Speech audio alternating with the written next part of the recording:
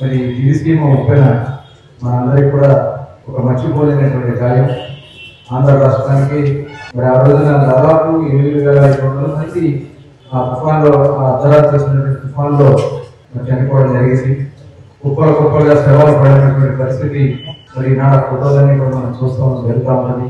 మరి ఆ సందర్భంలో సేవ చేసినటువంటి వ్యక్తి మండల దత్తాత్రేయ గారు కూడా ఇక్కడ రావడం మనందరి యొక్క అదృష్టంగా భావిస్తూ, అలాగే మండల కృష్ణారావు గారు చేసినటువంటి సేవ, ఆయన 100వ సంవత్సరం కూడా ఆయన జయంతి జరుపుకుంటున్నాం ఈరోజు.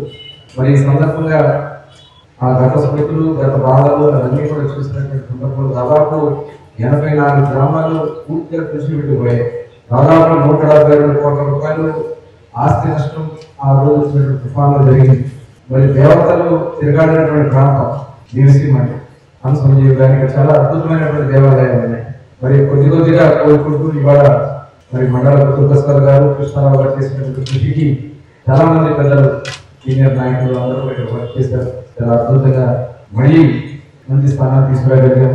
గౌరవ ముఖ్యమంత్రి చంద్రబాబు నాయుడు గారు కూడా మనకి పులిగడ్డ ప్రేమలు వాళ్ళ నిర్మాణం చేయడం ద్వారా ఈ దివిసీమకి ఒక కనెక్టివిటీ తీసుకొచ్చి ఇవాళ మళ్ళీ అభివృద్ధి పనులను నడవడానికి వారు చేసినటువంటి కృషి కూడా చేసుకుంటూ ఇంకా ఇక్కడ చేయాల్సిన పనులు చాలా ఉన్నాయి.